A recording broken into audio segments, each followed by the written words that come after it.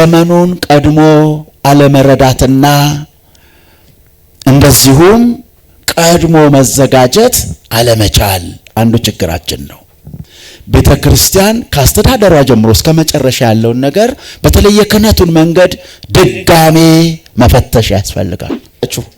የተሻለን ነገር አእምሯችሁን ክፈቱ እስቲ ያን ጊዜ የተሻለን ነገር ከእግዚአብሔር ቀድመን ማወቅ እንችላለን።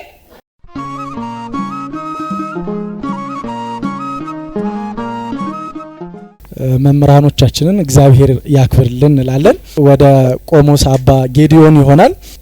ቤተክርስቲያን ማናት? ሲቀጥል ወቅታዊ የሆኑ ችግሮች በዚህ ሰዓት ላይ ምን ይመስላሉ?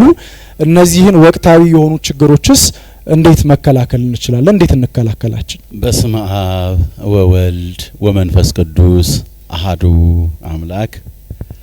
በቅድሚያ በክርስቶስ ፍጹም ሰላምታ መርሃ ግብሩን የምታከናውኑ ወንድሞች እህቶች ሁላችሁ እንደምን ዋላችሁ? እንድናመሰግን ስለተፈቀደልን ስሙ ይክበር ይመስገን። ሶስት ጥያቄ በአንድ ላይ አይደል? የመጀመሪያው የቤተ ክርስቲያን ትርጉም ነው። ቤተ ክርስቲያን ማለት ምን ማለት ነው የሚል ጥያቄ ነው የቀረበው። እንግዲህ ቤተ ክርስቲያን ምእመናን ቤተ እግዚአብሔር ይላሉ፣ ደጀ ሰላም ይላሉ። ግን ምን ማለት ነው የሚለውን ቤተ ክርስቲያን ቃሉ ራሱ የሁለት ቃል ጥምር ነው፣ ቤተና ክርስቲያን። ቤተ የሚለው ቃል የግዕዝ ቃል ነው። ቤተ የግዕዝ ቃል ሲሆን በሁለት ይፈታል። አንደኛው ቤተ አደረ የሚለው በአደረ በሚለው ሲፈታ ሲራክ መጽሐፈ ሲራክ ላይ ወቤቱ ክሌቱ አእዳው ሲል ይገኛል። ሁለት ወጣቶች አደሩ ማለቱ ነው። ስለዚህ ቤተ የሚለው የመጀመሪያው ፍቺ አደረ የሚል ፍቺ ስለሚኖረው ቤተ የሚለው ቃል ከክርስቲያን ጋር ሲገናኝ ቤተ ክርስቲያን የሚለው ሐሳብ በመጀመሪያው ፍቺ የክርስቲያኖች ማደሪያ፣ መሰባሰቢያ፣ ለእምነት ለቅድስና የተለየውን ቅዱስ የሆነውን ስጋው ደሙ የሚፈተትበት ነጋ ለኪዳን መሸ ለቁርባን የምንሰባሰብበት የተለየ የተቀደሰ ስፍራ ማለታችን ነው። ስለዚህ መጀመሪያው አደረ በሚለው ሲፈታ ቤተ ክርስቲያን ማደሪያ የክርስቲያኖች ማደሪያ ወይንም ቅዱስ የሆነውን ስፍራ ያሳያል። ሁለተኛው የግዕዝ ቃል ቤተ ሁለተኛ ፍቺ አለው። ሁለተኛው ፍቺው ደግሞ ቤተ ወገን ሆነ ይላል። ቤተ ወገን ሆነ ብለን ስንል ከዚህም ሁለት ዘሮችን እንደ ምሳሌ ማየት እንችላለን። የመጀመሪያው ቤተ አብርሃም፣ ቤተ ይስሐቅ፣ ቤተ ያዕቆብ ስንል የያዕቆብ ልጆች፣ የያዕቆብ ወገኖች፣ የያዕቆብ ቤተሰቦች። ቤተ እስራኤል ብለን ስንል የእስራኤል ሕዝቦች እስራኤላውያን ማለታችን ነው። በዚሁ መሰረት በሁለተኛው ፍች ቤተ ክርስቲያን የሚለው የግዕዝ ቃል ቤተ ክርስቲያን ማለት የክርስቶስ ወገኖች ወይም ክርስቶሳውያን ማለት ነው። ስለዚህ በሁለተኛው ሲፈታ ርስኢ ሕዝበኪ ወቤተ አቡኪ ሲል ይገኛል። ዘር ምን ማለት ነው? የአባትሽን ወገን እርሺ። ወገን ተብሎ የተፈታው ቤተ የሚለው ቃል ነው። ስለዚህ ቤተ ክርስቲያን ባጭሩ ሁለት ፍቺዎች አሉት። ደብል ትርጉም ወይንም ጣምራ ትርጉም ያለው ቃል ነው። አንደኛው ቤተ አደረ ሲል ቅዱስ የሆነውን የተለየውን ቅዱሱን ስፍራ ህንጻ ቤተ ክርስቲያንን ሲያሳየን፣ ሁለተኛው ቤተ ወገን ሆነ ማለት ስለሚሆን የምእመናን አንድነት፣ የምእመናንን ህብረት፣ ለክርስቶስ የተለዩ የምእመናንን ህብረት ወይም ክርስቶሳውያን የምንላቸውን በጥምቀት ልጅነት አግኝተው በስጋው ደሙ ህይወት ጸንተው መገለጫቸው በፍቅር ሽቶ እየተረበረቡ በንስሐ ውሃ እየታጠቡ በቅድስና ስፍራ እርሱን በማምለክ የጸኑ ክርስቲያኖች ክርስቶሳውያን ወይም ቤተ ክርስቲያን ይባላሉ። እንደ መጽሐፍ ቅዱስ እነዚህን በሶስት ከፍለን ማየት እንችላለን።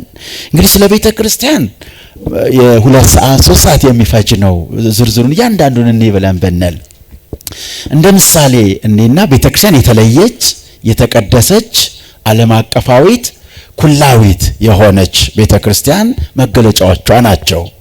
ምን ማለታችን ነው? ቤተ ክርስቲያን ብለን ስንል በሁለቱም ሲፈታ ድርጅት ተቋም ማለታችን አይደለም። ቤተክርስቲያን ብለን ስንል በምድር ላይ ያለች የእግዚአብሔር መንግስት ማለታችን ነው። በዚህም ዘር ይገኛል ወሶበ ወይነ ውስተ ጽሪከ ንሄሊ ከመ ንሕነ ቀዋሚያን በውስተ መንግስት ከዘላለም። ምን ማለቱ ነው? እኛ ወደ ቤተ ክርስቲያን በተሰበሰብን ጊዜ፣ ቤተ ክርስቲያን ውስጥ በተገኘን ጊዜ በአንተ መንግስት ውስጥ እንደቆምን እንደተገኘን እናስባለን። ሁለተኛው እግዚአብሔር ልዑል ሁላችንንም ይባርከን፣ በመንፈሳዊ በረከትም ያክብረን። ዛሬ በቅድስት ቤተ ክርስቲያን መሰባሰባችንን ዘወትር ሁልጊዜ በመፍራትና በመንቀጥቀጥ ከሚያመሰግኑት ከመላእክቱ ጋር አንድ ያድርግ ይላል። ቤተክርስቲያን ስንሰበሰብ ከመላእክት ጋር አንድ የምንሆንበት፣ ከቅዱሳን ጋር አንድ የምንሆንበት፣ እንደገና የመንፈስ ቅዱስ ርደት ወይንም ርበት፣ የመላእክት ርደት ወይም ርበት፣ የመላእክት ርደት የመንፈስ ቅዱስ ርበት የማይለያት ክርስቶስ ከኛ ጋር ለመሆን በቃል ኪዳኑ በሚስጥሩ በኩል ሱታፌ የምንሳተፍበት ከክርስቶስ ጋር አንድ ለመሆን ሚስጥር በሚስጥር ወይንም ሰማያዊውን ሚስጥራዊ አንድነት የሚመሰረትባት ይህቺ የክርስቶስ መንግስት ቤተክርስቲያን ትባላለች። እኛን ከክርስቶስ ጋር አንድ የምንሆንባት፣ ከመላእክት ጋር የምንዘምርባት፣ የመንፈስ ቅዱስን ሚስጥር እየለወጠ እያነቃ ለቅድስና የሚያዘጋጅባት ይህቺ የቤተክርስቲያን መገለጫ ወይንም ቤተክርስቲያን ይባላል ማለት ነው። እንግዲህ ባጭሩ እንግዲህ ስለ ቤተ ክርስቲያን ማናት የሚለውን እንደ መጽሐፍ ቅዱስ በሶስት ሐሳብ ዘርዝረን የምናስተምረውን እንደ ቃሉ ቤተ ክርስቲያን ማለት ምን ማለት ነው የሚለውን አይተናል። የቤተ ክርስቲያን ባህሪያት አንዲት ናት። የእግዚአብሔር መንግስት ስለሆነች ስንት ናት? አንድ ናት። ሁለት መንግስት የለም። ቅዱስ ጳውሎስ ምን አለ? አንዲት ጥምቀት፣ አንድ ጌታ፣ አንድ ሃይማኖት። ሁለት ሃይማኖት ልንል አንችል። ያው ሆድ እያሸነፈን ካልሆነ ሁለት ልንል አንችልም እንጂ አንዲት ሃይማኖት፣ አንድ ጌታ፣ አንድ ጥምቀት። ቤተክርስቲያንም ስንት ናት? አንድ ናት። ሁለት ሶስት የሚባል ቤተክርስቲያን የክርስቶስ መንግስት ናት። ሁለት መንግስት የለውም። ራሷ ክርስቶስ ነው። ሁለት ክርስቶስ የለም። አንድ ክርስቶስ ነው። የእሱም አካል የሆነች አንዲት ቤተክርስቲያን። ስለዚህ አንዲት ናት። ቅድስት ናት። ቅድም ተናግሬዋለሁ። ለምን ቅድስት እንዳልናት ቅድም ተናግሬያለሁ። ኩላዊት ናት። በሁሉ ቦታ የእግዚአብሔር መንግስት ናትና በሁሉ ቦታ የምትገኝ ናት። ጉባኤን ሐዋርያት በጉባኤ የደነገጉላት የወሰኑላት መሰረቷን ክርስቶስ ሐዋርያት አስፋፊዎች ሆነው መሰረቷን ክርስቶስን ወደ ምእመናን ያዳረሱበት እንግዲህ ጉባኤንተ ሐዋርያት የሐዋርያት ጉባኤ ሐዋርያት የሰበሰቧት እንላለን። እንግዲህ ቤተክርስቲያን አሁን የጠየቀኝ ውስጣዊ ፈተናዎች ተግዳሮቶች ምንድናቸው የሚል ነው። ቤተክርስቲያን የሚገጥሟት ፈተናዎች በመጀመሪያ ደረጃ ቤተክርስቲያንና ፈተና ተለያይተው አያውቁም። ተለያይተው አያውቁም። ቤተክርስቲያን የገጠሟት ብዙ አይነት ውጫዊ ችግሮች ቢኖሩም በዚህ ገለጻ ላይ ትኩረት የምናደርገው ውስጣዊ ቢሆን ይመከራል። ምክንያቱም ለምሳሌ ዛጋ ነው ብለን ብንል የአካል እዚህ በሌለበት ዝም ብለን እዚህ በሌላ አካል ላይ ስናወራ ብንውል ጊዜ ከማጥፋት ባሻገር የሚወሰድልን መልእክት ብዙ ጠቃሚ አይሆንም፣ ይባክን ይሆናል። እንዳይባክን እኛ ላይ ትኩረት አድርገን እንነጋገር። እንግዲህ ወገኖቼ ውጫዊ ፈተናዎች አይነታቸውና መልካቸው ሊቀያየር ይችላል እንጂ ምንጊዜም መኖራቸው የማይካድ ሀቅ ነው። ዋናው ጉዳይ እነዚህ ውጫዊ ፈተናዎች ለመቋቋምና በድል አድራጊነት ለማለፍ ያለን ውስጣዊ ጥንካሬ ምን ያህል ነው የሚለውን ጉዳይ የጋራ አድርገን ከዚህ አውድ አንጻር ብንቃኝ። ምክንያቱም ውጫዊ ፈተናዎች እንዳይኖሩ ማድረግ አንችልም። ትልቁ ነገር ፈተናን ማስቀረት አንችልም። ፈተናን ማስቀረት እንችላለን? ከኔ ጋር ናቸው አይደለ? ትላንት አንድ ትምህርት እያስተማርኩ አንድ ሰው አንድ ጥያቄ ጠየቀኝ። ጥያቄው አባ በጣም እበሳጫለሁ እናደዳለሁና ምን ላድርግ የሚል ነው።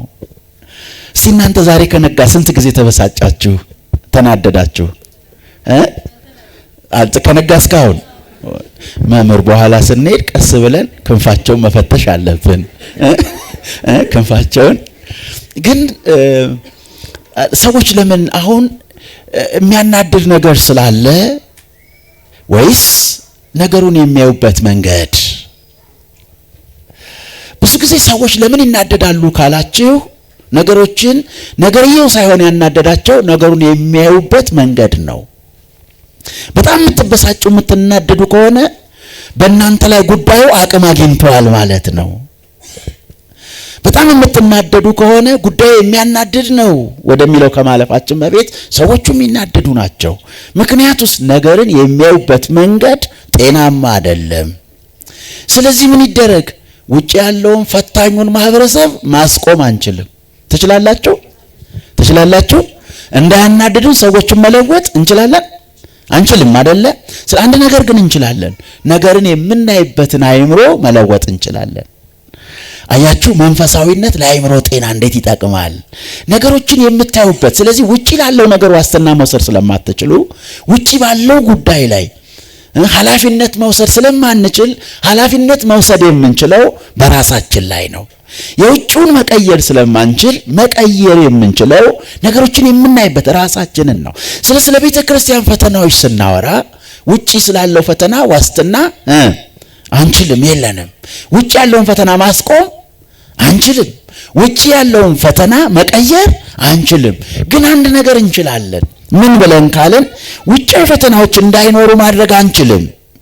ነገር ግን በፈተናዎቹ የምንወጣባቸውን ፈተናዎቹን የምንመለከትባቸውን የፈተናዎቹን ጉዳት የምንቀንስባቸውን መካኒዝም ወይንም ዘዴዎች በመመካከር ግን ጉዳታቸውን መቀነስ እንችላለን።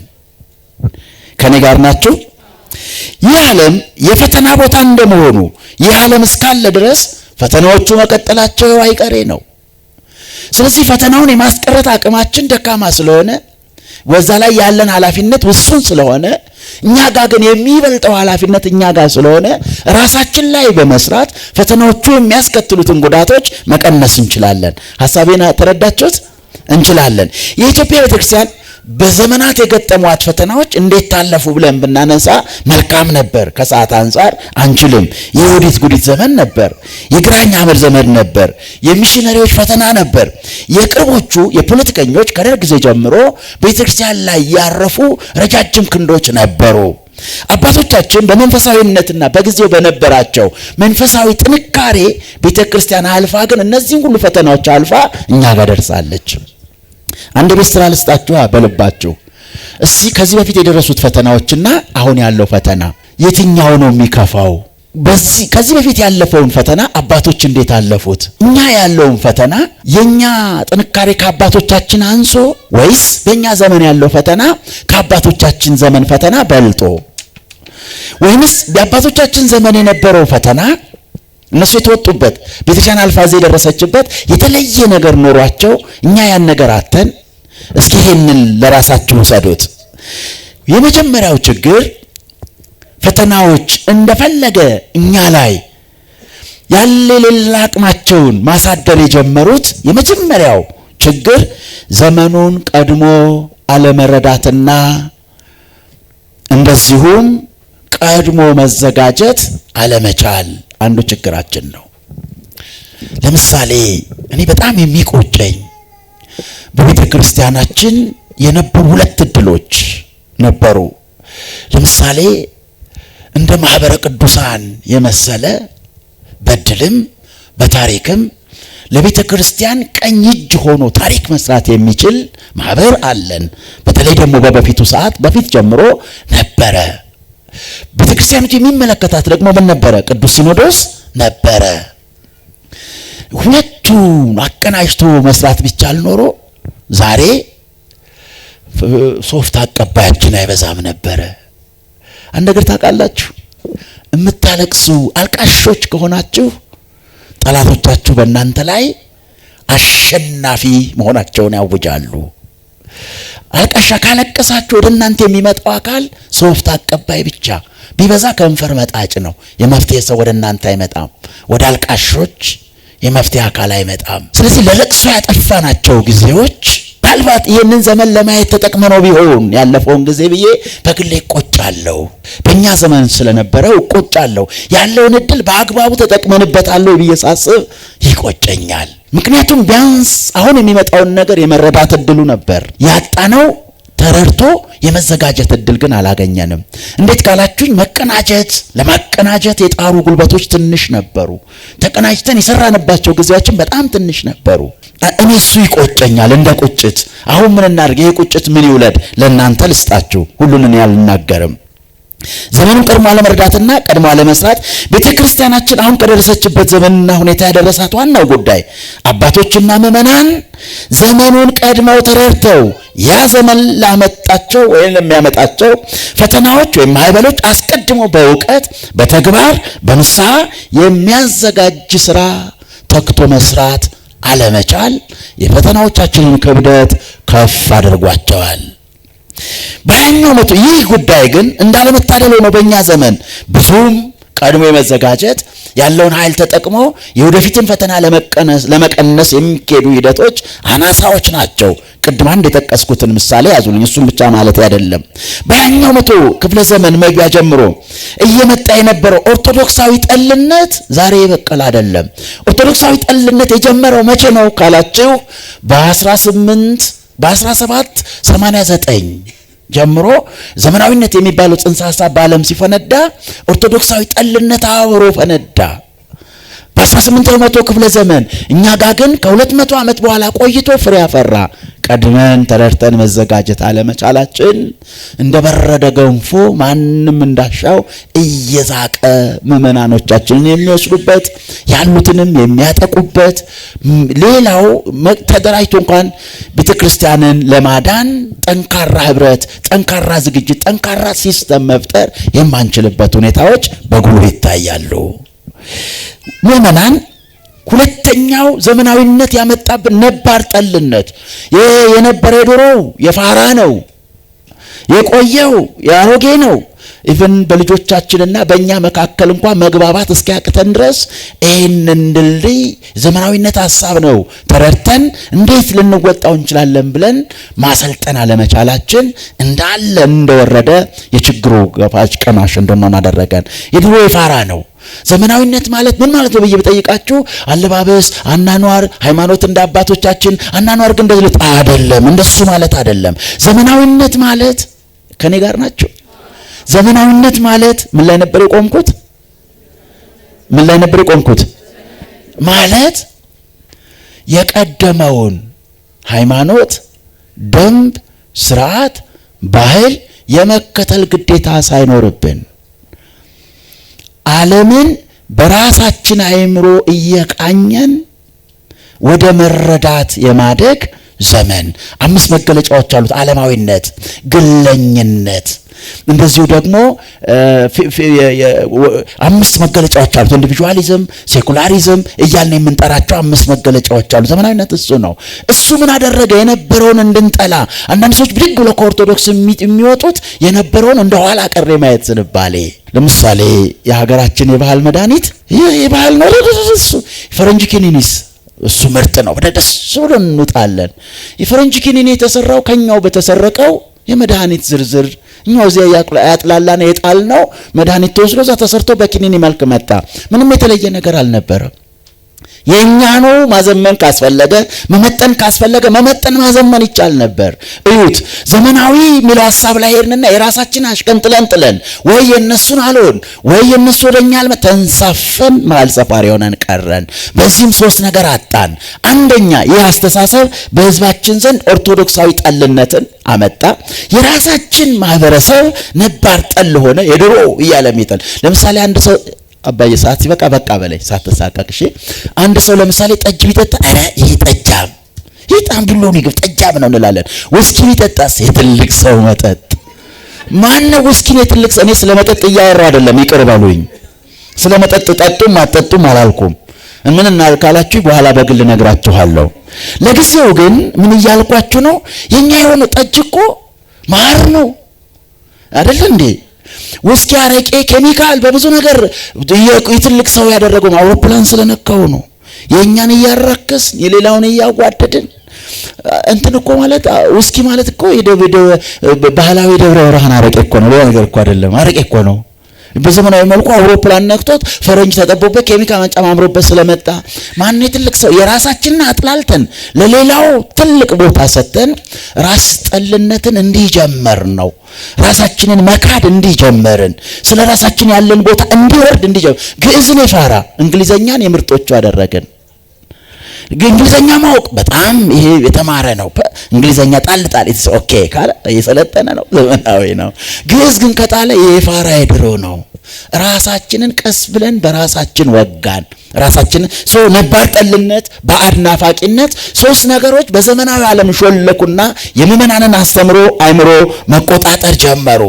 አስቀድሞ ከመስራት ይልቅ ፈጥኖ መልስ ከመስጠት ይልቅ ዝም ብሎ መመልከት፣ ዝም ብሎ የሚመለከት ትውልድ እያፈራን መጣን። የተሳሳቱ አረዳዶች፣ ዕውቀቶች በምእመናንም በእኛም ልቦና እየሰረጹ መጡ።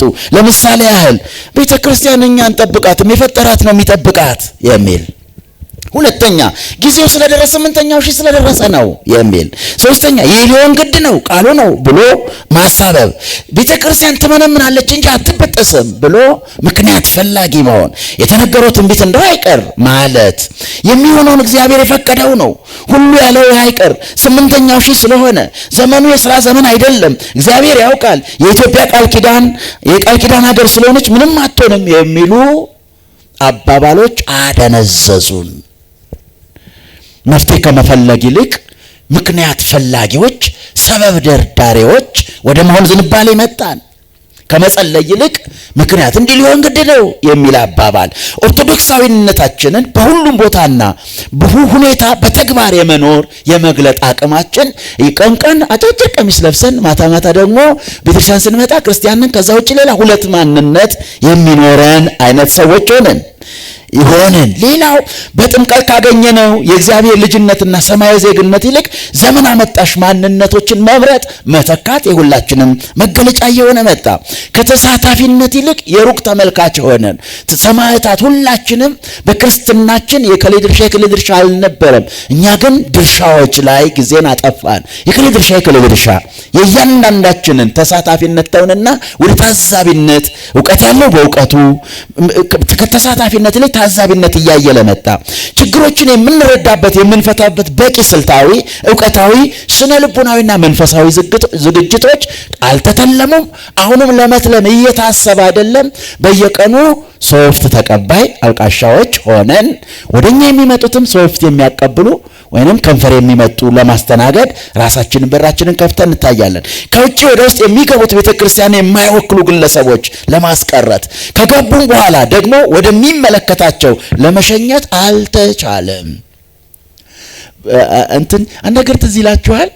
ጨርሻለሁ መምህር። እሺ ያው መምህር መቼም ይረዱኛል። ትንሽ ሐሳቦች እንግዲህ ይበቁኛልና አንድ ሐሳብ በዚሁ ላይ በተለይ ከውጭ ወደ ውስጥ ዘልቀው የሚገቡ፣ በነገራችን ላይ ቤተክርስቲያናችን የክርስቶስ ጉባኤ ናት አይደለችም እንዴ? ዋሽው እንዴ ነው እናንተ አታውቁም? የማ ጉባኤ ናት? የክርስቶስ። አልሰማውም። የማ ጉባኤ? የክርስቶስ ጉባኤ። ታዲያ እኮ የክርስቶስ ጉባኤ ውስጥ ይሁዳ አባል ነው። ማን አባል ነው? እሺ ያኔ 12 ከ12ቱ ስንቱ አንዱ ማን ነው? እሺ 100 ቢኖሩስ የክርስቶስ ጉባኤ አይደል? 100 ካለ ስንት ሊኖር ግድ ነው? ማርያም ምትይን እኮ ነው የክርስቶስ ጉባኤ ነው። እኛን ቀይ መሰረቱ እሱ አይደል? እሱ በነበረበት ከ12 አንድ ከ110 ከ1100 ቢኖር ግድ ነው። የዚህ ዘመን ችግር ግን የይሁዳ መኖር አለመኖር አይደለም። የዛን ዘመን ይሁዳ ጎልቶ አልወጣም። ለምን? 11ዱ ጎልተው ስለሚሰሩ። የዚህ ዘመን ችግር የይሁዳ መኖር አለመኖር ሳይሆን የክፎች ሴራ ሳይሆን የእውነተኞች ዝምታ፣ ቤተክርስቲያንን የምሁራን ዝምታ። ሀገር የምትጠፋው የተማረ ሰውና እውነተኛ ሰው ዝም ሲል፣ ውሸተኞች ሲያወሩ ሳይሆን በእውነተኞች ዝምታ ነው። ስለዚህ አሁን እውነተኞች አብሮ መኖር፣ ተመሳስሎ መኖር፣ ሁሉም ተደባልቆ መኖር፣ እውነተኛውን ሐሰተኛው ጋር ተደባልቆ መኖር። ወደፊትም እዚህ ላይ እንዳጠቃላይ 3 ነገሮች ይሄን ፈተና ለመቋቋም 3 ነገሮች ያስፈልጋሉ። የመጀመሪያው ነገር ቤተክርስቲያን ካስተዳደሯ ጀምሮ እስከ መጨረሻ ያለውን ነገር በተለይ የክህነቱን መንገድ ድጋሜ መፈተሽ ያስፈልጋል። ምን ማድረግ ያስፈልጋል? የክህነቱን መንገድ መፈተሽ ያስፈልጋል። በየስል አንዳንድ እንትን አይኖር አይደለም። ገብቷቸዋል አይደለ? መፈተሽ ያስፈልጋል። ሁለተኛ የምእመናንን የምናስተናግድበት መንገድ ድጋሜ መፈተሽ ይኖርበታል። በሶስተኛ ደረጃ ከማልቀስ መፍትሄ ወደ መፈለግ መውጣት ይኖርብናል። ለምሳሌ የመጀመሪያው ይህ ጅምር ነው። አሁን ተሰብስቦ ከማልቀስ ይልቅ ምን ለማድረግ ለመነጋገር፣ ከመነጋገር በኋላስ ወደ መፍትሄ ማደግ። ለኔ እዚህ ላይ በቃኝና ጨምር ይሄን የምትሉ ጥያቄ ካለ በመመለስ እመልሳለሁ። ይቅር በሉኝ ብዙ ሰዓት ስለወሰድኩ።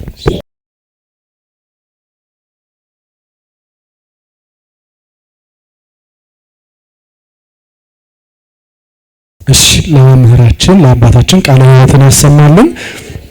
በቀጥታ ወደ መምህራችን ዲያቆን ዮሐንስ እንሄዳለን።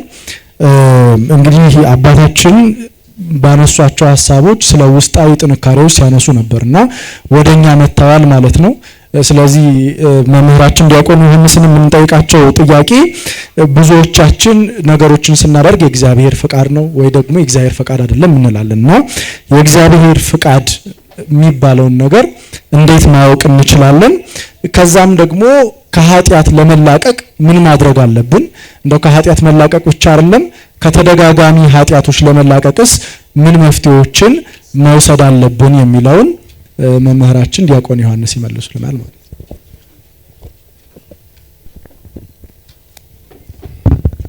እንደምን አላችሁ?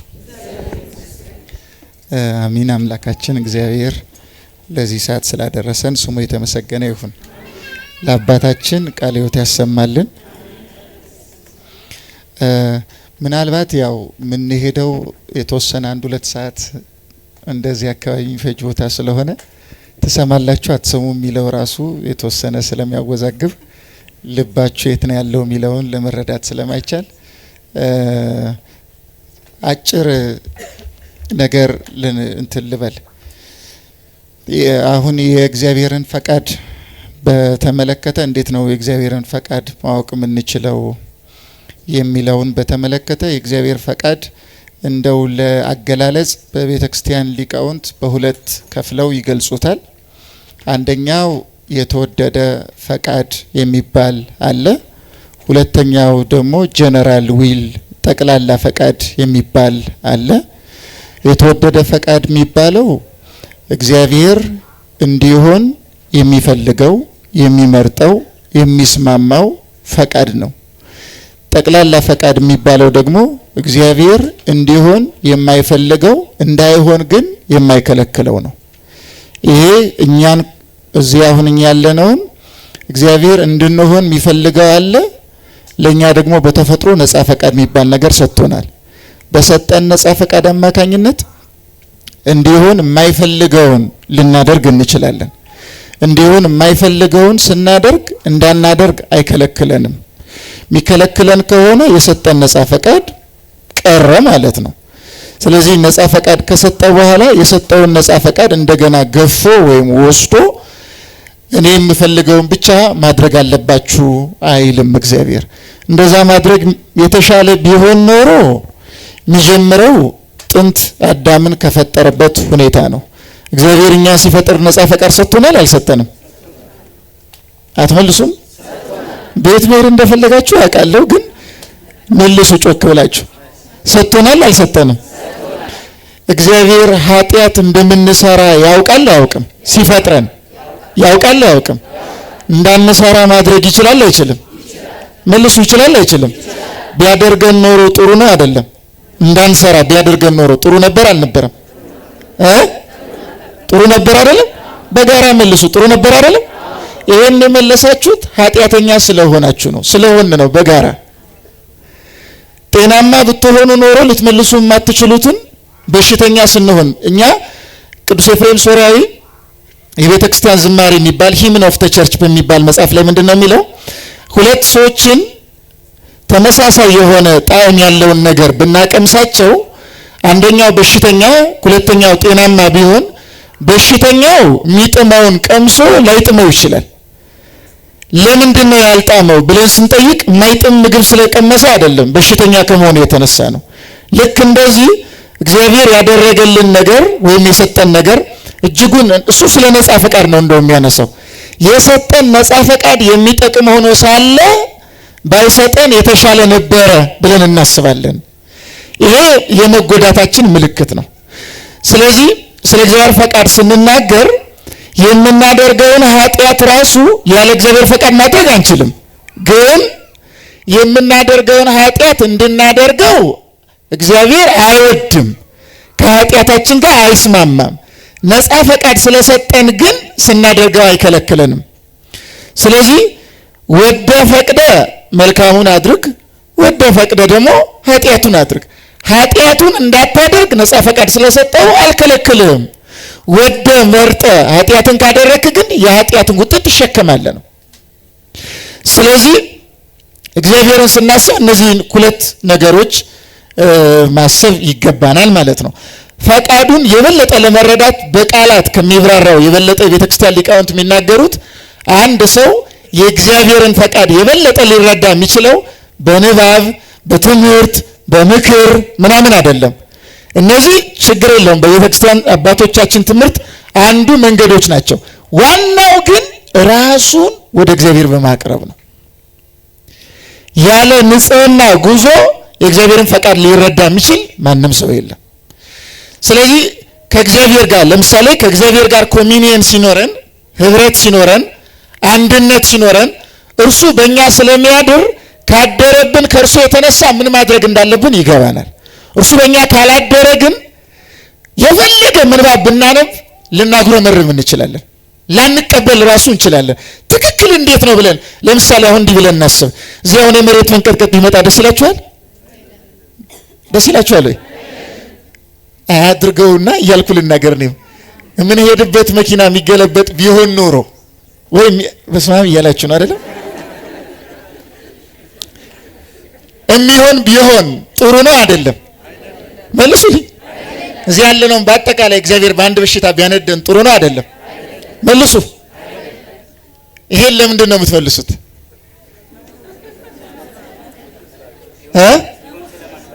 ጎበዞች ናቸው። መሞት የማትፈልጉት ለምንድን ነው? ኃጢአተኛ ስለሆን ነው። ጻድቃን ብንሆን ኖሮ መሞት አንፈልግም ነበረ።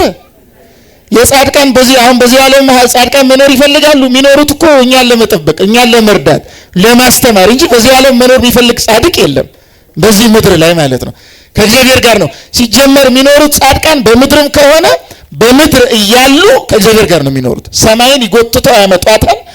እነሱ ያሉባት ምድርን ሰማይ ያደርጓታል። ስለዚህ ከኛ መካከል አሁን ስውር ቅዱሳን የሚባሉ አሉ። በምድር እያሉ እግዚአብሔር ውስጥ የገቡ እግዚአብሔር ይገባበታል ይወጣበታል ብላችሁ ልጠይቁኝ እንደምትችሉም አውቃለሁ። እንዲህ የምትጠይቁኝም እናንተ በምትፈልጉት በርና መውጫ እንደዚህ እንዳስረዳችሁ ፈልጋችሁም ሊሆን ይችላል።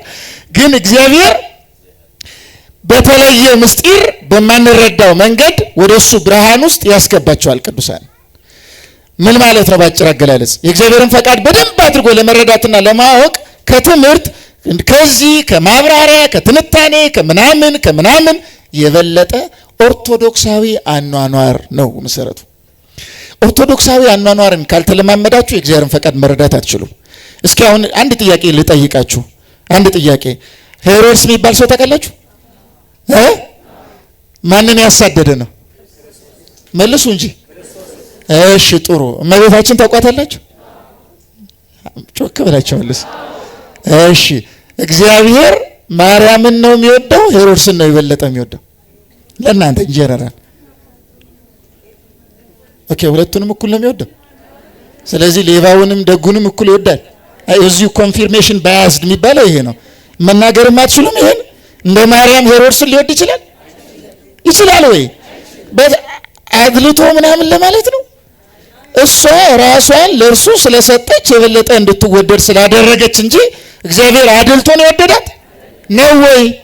ከማርያም ቀድሞ ሌላ ሴት እንደመቤታችን ያለች ብትኖር ኖሮ ሰው አይሆንም ነበር? ይሆን ነበረ። ቅዱስ ያዕቆብ ዘስሩግ ኦን ዘ ማዘር ኦፍ ጋድ በሚለው መጽሐፍ ላይ 5500 ዘመን አምላክን ያቆየችው እመቤታችን ናት። የቆየው አድልቶ አይደለም፣ እንደ እርሷ ያለ ከፍጥረት መካከል ስላልነበረ ነው። እግዚአብሔር ኦምኒሲየንት ነው፣ ሁሉን አዋቂ ነው። በአንድ ጊዜ እግዚአብሔር እውቀት ቅደም ተከተል ስለሌለው ዓለምን በአንድ ሲያያት ጠቅሎ ማለት ከአዳም ጀምሮ እስከ ምጽአት ድረስ ያለው በአንድ ሲያይ እንደ እመቤታችን ያለ የለም። ሁለተኛ የለባትም፣ ሶስተኛ። ስለዚህ እሷን የግድ መጠበቅ ስለነበረበት እሷን ጠበቀ። አሁን ጉዳዩን ወደዚህ እናቅርበው። ሄሮድስን ነው የሚወደው የበለጠ እመቤታችንን ነው። አሁን ገብቷችኋል? ጥሩ። ግን እንዲህ ብለን ደግሞ እናስብ። እመቤታችን ክርስቶስን በወለደችበት ጊዜ አሁን እመቤታችን የሚወዳት ከሆነ እግዚአብሔር እኛን የሚወደን ከሆነ ሊመግበን ይገባል አይገባም? አይገባም? ይገባል። ሊያድነን ይገባል አይገባም? ሊጠብቀን ይገባል አይገባም? መከራችን ሊቀንስልን ይገባል አይገባም? ይገባል አይገባም? እኮ እንደዚያ ብላችሁ መልሱ። አሁን ጥያቄ ደግሞ መልሼ ልጠይቃችሁ። እመቤታችንን ከልጇ ከክርስቶስ ጋር ሄሮድስ አሳዷታል አላሳደዳትም? እሺ ሄሮድስ እንዳሳደዳት ማድረግ ይችላል አይችልም? ይችላል አይችልም?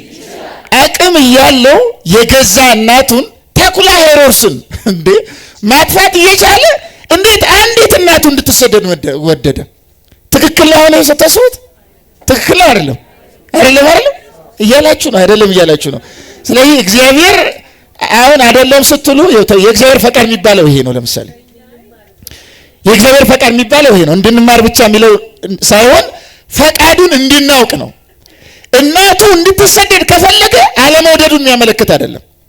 እግዚአብሔር ተመልከቱ፣ ለምሳሌ ራቁታችን ሊያስቀረን ይችላል ያለን ሀብት ንብረት አጥፍቶ። ይህን የሚያደርገው ለምንድን ነው? ቅዱስ ዮሐንስ አፈወርቅ እንደውም ምንድን ነው የሚለው?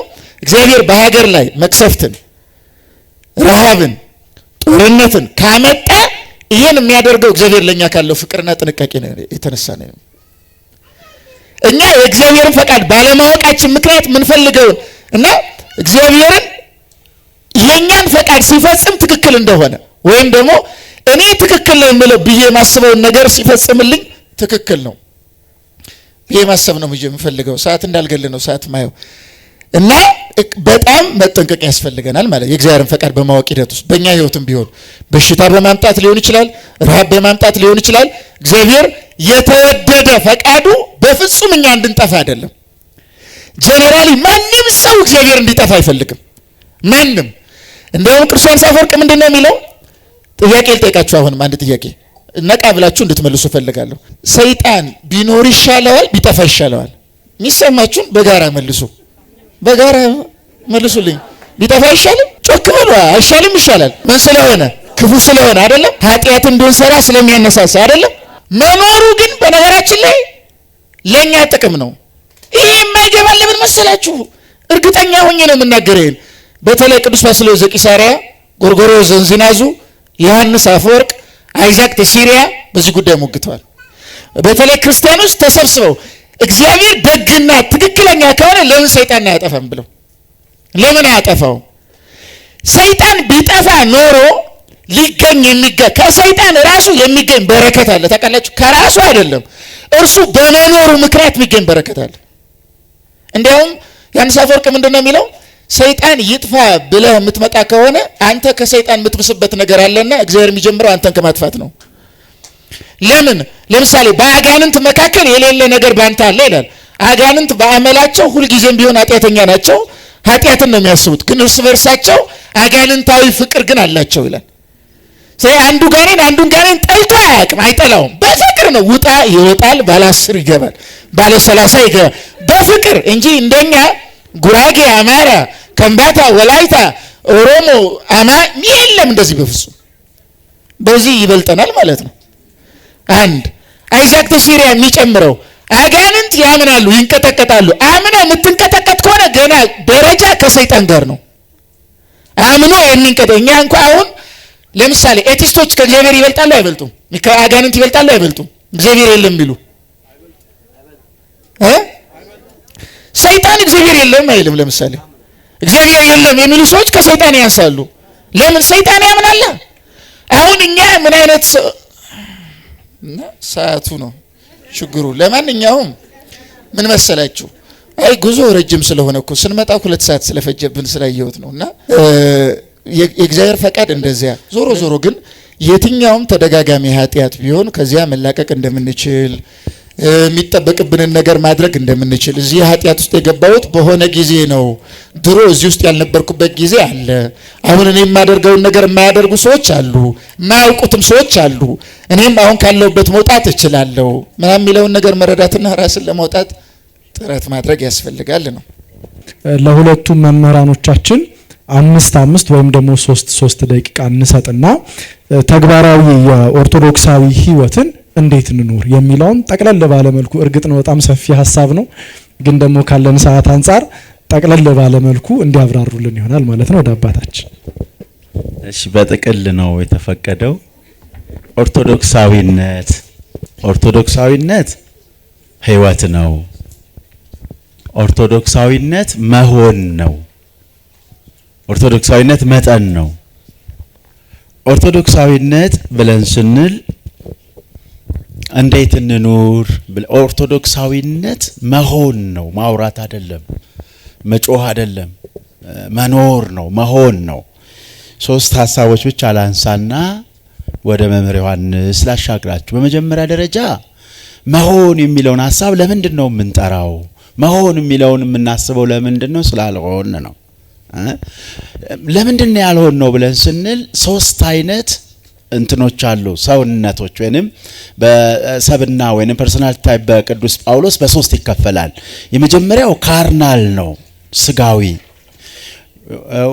በስጋ ፈቃድ ብቻ የሚመራ። ከኔ ጋር ናቸው አይደል? ስጋዊ ወይንም ካርናል፣ በስጋ ፈቃድ ብቻ የሚመራ።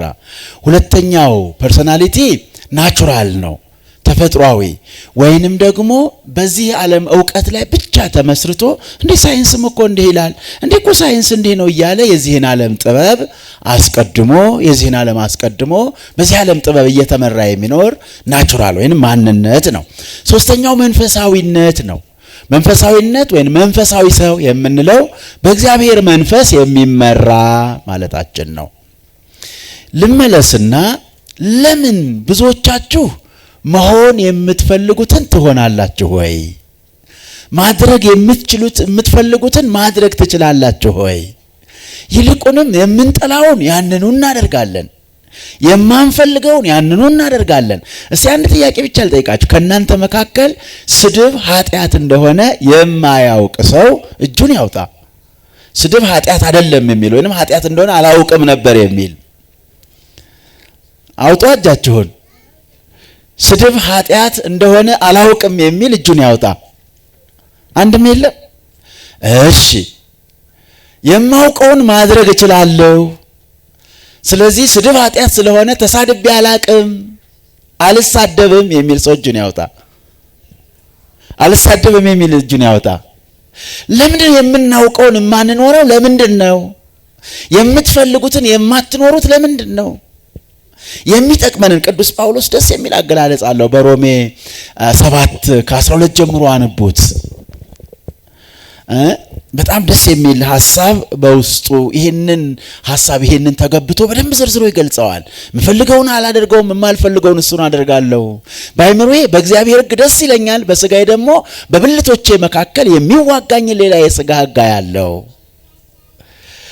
ስለዚህ ካለው የሰዓት ውስንነት አንፃር ለምንድን ነው ማድረግ የምንችለውን የማናደርገው ብለን ስንል ባንዴ የሚሆን ነገር የለም። ምን የለም?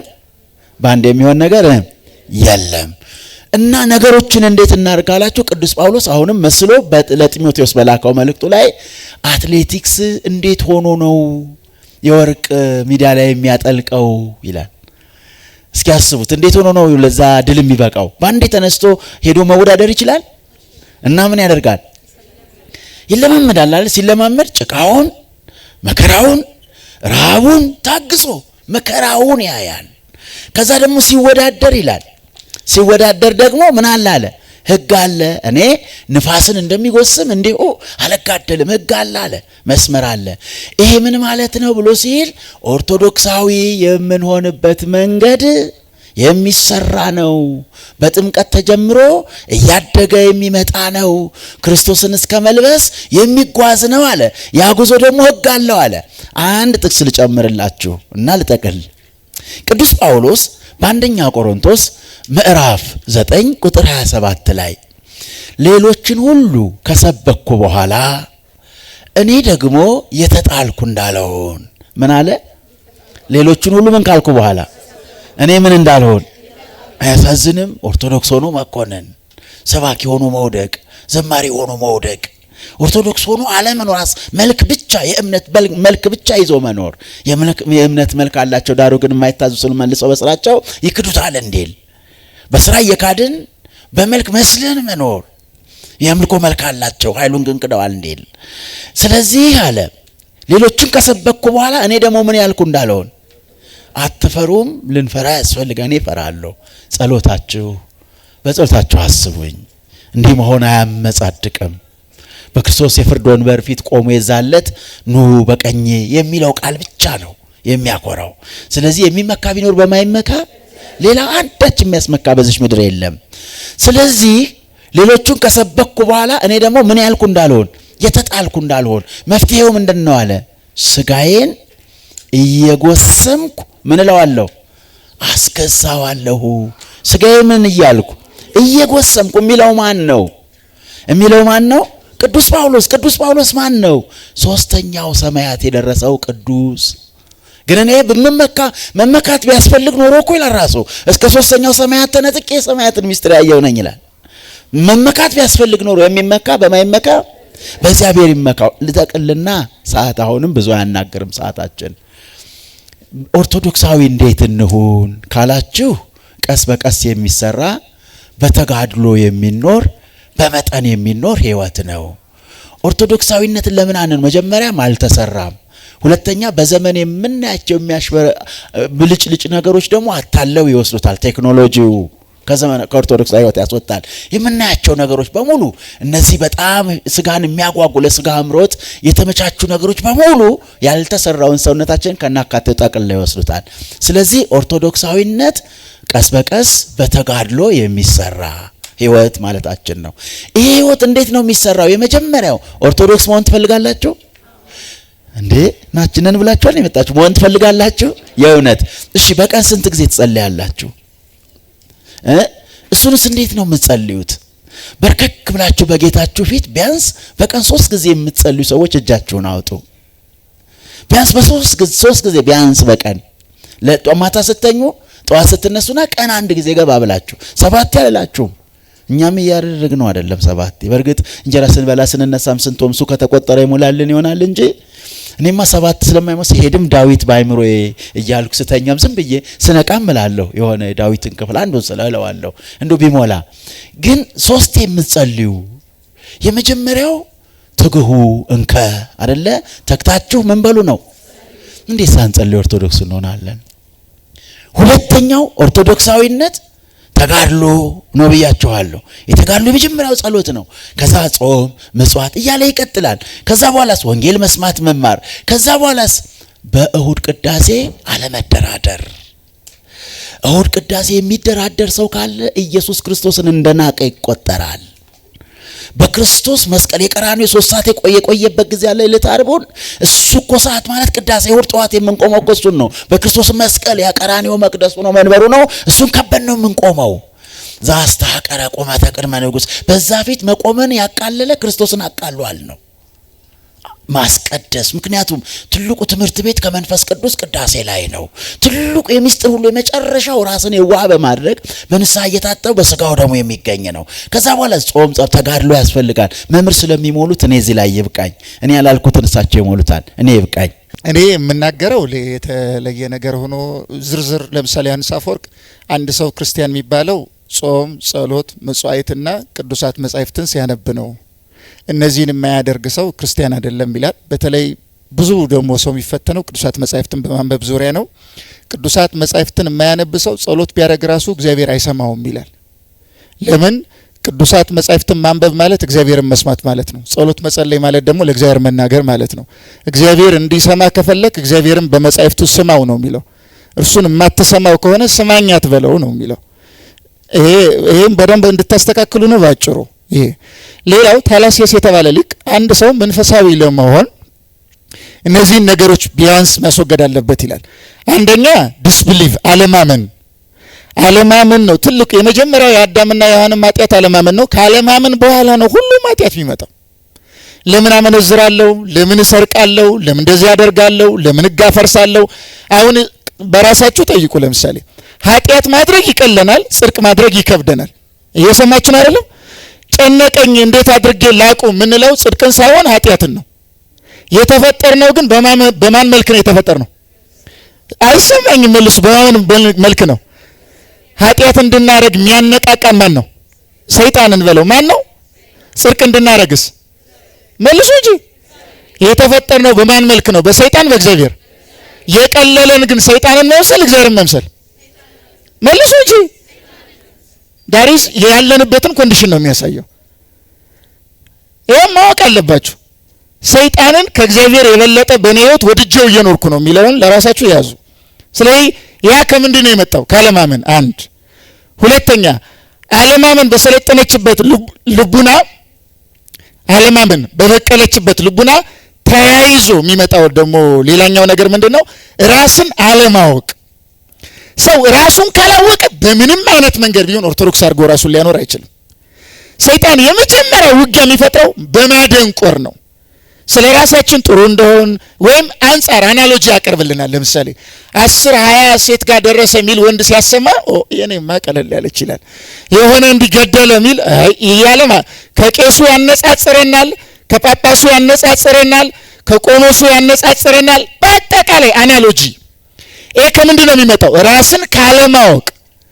አንድም ቅዱስ ራሱን ከሌላ ጋር አነጻጽሮ እሻላለሁ አይልም ብሎ አያውቅም። እንደ ዮሐንስ ሐጺር ያለ የበቃ አባቱ አባ ፖይሜን ራሱ he is an angel መልአክ ነው ብሎ የመሰከረለት ዮሐንስ ሐጺር የሚያመነዝር ሰው ሲያገኝ ደረቱን እየደቃ ያለቅሳል። ምን ነው አባው ሲሉ እሱ ንስሐ ገብቶ ይድናል፣ እኔ ግን ወድቄ አልነሳም። በጣም ከባድ። አባ አጋቶን ባት ዘግቶ የሚኖር ተጋዳይ፣ አባ አጋቶን ሌባው፣ አቤት አባ አጋቶን አመንዝራው፣ አቤት። አሁን እዚህ መጥቼ እናንተ አየለ ሌባው ብል አየለ እዚህ ካለ ድንጋይ ነው የሚያነሳው። ምን አባ ነው የሚለው አይሰማም። ግን እኮ የኛው አየለ ሌባ ነው፣ እኔም ሌባ ነኝ። አባ አጋቶን ግን ሌባ አይደሉም። ሌባ ሳይሆኑ ስለ ራሳቸው የሚያስቡት እንደዚያ ነው። ጸሎት ስትጸልዩ በተለይ በደንብ እንዲገባችሁ ውዳሴ ማርያም እንደምንለው ውዳሴ አምላክ የሚባል ጸሎት አለ። እስኪ ውዳሴ አምላክ የሚለው ጸሎት ጋር ሂዱና ቅዱሳን በእግዚአብሔር ፊት ሲቆሙ ራሳቸው ምን ብለው እያሰቡ እንደሚጸልዩ እዩ። ከዛ በእግዚአብሔር ፊት ሲቆሙ እንደዚህ ካደረገችው እንደዚህ ካመነዘረችው ከዚህኛው አይቷ አመንዝራ ይልቅ አመንዝራው እኔ ነኝ፣ ከዚህ ይልቅ ዕለት ያንተን ፈቃድ ጥሼ ከሕግ አምልጬ የቆሸሽኩ የረከስኩ እኔ ነኝ። አሁን ቅዱስ ኤፍሬም ሶርያዊ ሲጸልይ ምንድን ነው የሚለው? አቤቱ ጌታ ሆይ አንድም ቀን ፈቃዴን ካንተ ጋር ሳላስማማ ሁልጊዜ ካንተ ፈቃድ እየተቃረንኩ የሚሄድ ልክስክሱን እኔ ይላል። ኤፍሬም ሶርያዊ ነው የሚለው። ኤፍሬም ሶርያዊ ልክስክስ ነኝ እኔ የሚል ከሆነ እኛ ምንድነን? ልክስክስ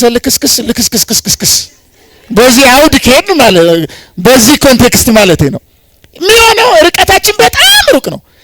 ይሄ ግን ለምንድን ነው ማይገባን? አሁን ዘና ብለን ምን ኖረው ለምን ይመስል በጣም ደንበኛ ድንቆሮ ስለሆን ድንቆርናችን እንዳናቅም ዘና ብለን እንኖራለን። ይሄን ማስተካከል አለብን። ሶስተኛው የምናየው ነገር ምን ላይ ነው ኮንቴምፕሌት የምናደርገው? ለምሳሌ አብዛኛዎቻችን የምናየው የሚያጠፋንን ነገር ነው። እንድና የተነገረን ደግሞ ክርስቶስና ቅዱሳንን ነው። እዩዋቸው፣ ተመልከቷቸው፣ ተከተሏቸው፣ ምሰሏቸው የተባለው ቅዱሳን። እኛ ግን የምናየው የሆነ ምን ልበለው ቢዮንሴ የሚያያለ ምናምን የሆነ ጨፋሪ አይሾ ስፒድ ምናየው ማለት ነው። የሆነ ምናምን ስፒድ ምናምን ለምን በቃ በሽተኛ ነና። የሚጠቅመንን ማየት አንፈልግ፣ የሚያድነንን ራሱ ኃይል የሚሰጠንን አናይም፣ የሚጎዳንን ግን እናያለን። ይህ በጣም አደገኛ ነገር ነው። አራተኛ የመጀመሪያዎቹ መንፈሳዊ እንዳንሆን ጠላቶች የራሳችን እኛ ራሳችን ስለሆንን ራሳችንን ከምንም ነገር ባርነት ነፃ ካላወጣን መንፈሳዊ ልንሆን አንችልም። ከምንም ነው የምላችሁ። ለምሳሌ ለምንድን ነው እኔ ቡና የሚገዛኝ? ቡና አልተከለከለም፣ መጠጣት ይቻላል። ግን ለምን እገዛለታለሁ? ለምሳሌ ቡና ካልጠጣው ላይ የሚል አለ። ይሄ ግራ ገብ ቡና የነገሰበት ሰው ነው ማለት ነው። ለምን 3 ቀን ለምን ሳልጠጣ መዋል አልችልም? ለምን ይሄን ሳላደረ ምን አለ? ለተገዛለት ነገር ለምን ይገዛኛል? ራሳችንን ከማንኛውም ነገር እያላቀቅን ከሄድን ወደ ትክክለኛው ፒውር ወደ ሆነው ሁኔታ እናድጋለን። ያን ጊዜ እግዚአብሔር ከኛ ጋር ይሆናል። ሰይጣንም ማንኛውም ነገር በእኛ ሊሰለጥን አይችልም። ስለዚህ ባጭሩ እምነታችንን ቼክ እናድርግ። እለት እለት የምንናገረው ነገር አለ፣ እለት እለት የምናስበው ነገር አለ፣ እለት እለት የምናደርገው ነገር አለ። ክንውናችን፣ ንግግራችንና ሐሳባችን ከእምነታችን ጋር የተቆራኘ ነው። የምታምነውን ነው የምታስበው፣ የምታምነውን ነው የምትናገረው፣ የምታምነውን ነው የምትኖረው። እምነት ከቀና አለማመን አንተ ውስጥ ካለ አልወጣም፣ አልድንም፣ ይቅርታ አላገኝም፣ በቃ እኔ ኮረክሻለሁ፣ ልመለስ አልችልም ሚል ተስፋ የማስቆረጥ እምነት ከሆነ አንተ ውስጥ ያለው እሱን ነው የምታስበው፣ እሱን ነው የምትናገረው፣ እሱን ነው የምታደርገው። አማኝ ከሆንክ ደግሞ እምነት በእግዚአብሔር አምነ እግዚአብሔር አለ፣ እችላለሁ፣ እግዚአብሔር ያስወጣኛል፣ እግዚአብሔር ኃይል ይሰጠኛል፣ ኃጢአትን አመልጣለሁ፣ ርኩሰትን አመልጣለሁ፣ እንደ ጻድቃን ለመሆን እችላለሁ፣ እድል አለኝ፣ እግዚአብሔር ይረዳኛል ሚለውን እምነት በልቡና ካሳደርክ ደግሞ በእርግጠኝነት ወደ ላይ ትወጣለህ፣ ከፍ እያልክ ትሄዳለህ። እምነትን ማስተካከል፣ የምናየውን ነገር ማስተካከል፣ ራሳችንን በደንብ አድርገን ደንበኛ በሆነ መንገድ ቀስ ብለን ቁጭ ብላችሁ ምን አይነት ጠባይ አለኝ፣ ምን አይነት አስተሳሰብ አለኝ፣ ምን አይነት ውድ አለኝ የሚለውን ነገር በሙሉ ለይታችሁ ማወቅ። ይሄን ካወቃችሁ በኋላ ሪያክሽን ማድረግ፣ እርምጃ መውሰድ ማለት ነው። ጉዞ ካወቅን በኋላ ያወቅነው ለመኖር ጥረት ማድረግ፣ መፍገምገም። እንዴ ዝሙት እኮ አስቸገረ የምንለው እኮ ለምደነው ነው። ለምንድን ነው አሁን ጽድቅን አንድ ብዬ ለመልመድ ማልሞክረው? ለምን ብላችሁ ትጠይቃላችሁ። ለራሴ ፊልም ያለው ለምጄው ነው፣ አልችልም እስክል ድረስ ባሪያ አድርጎኛል።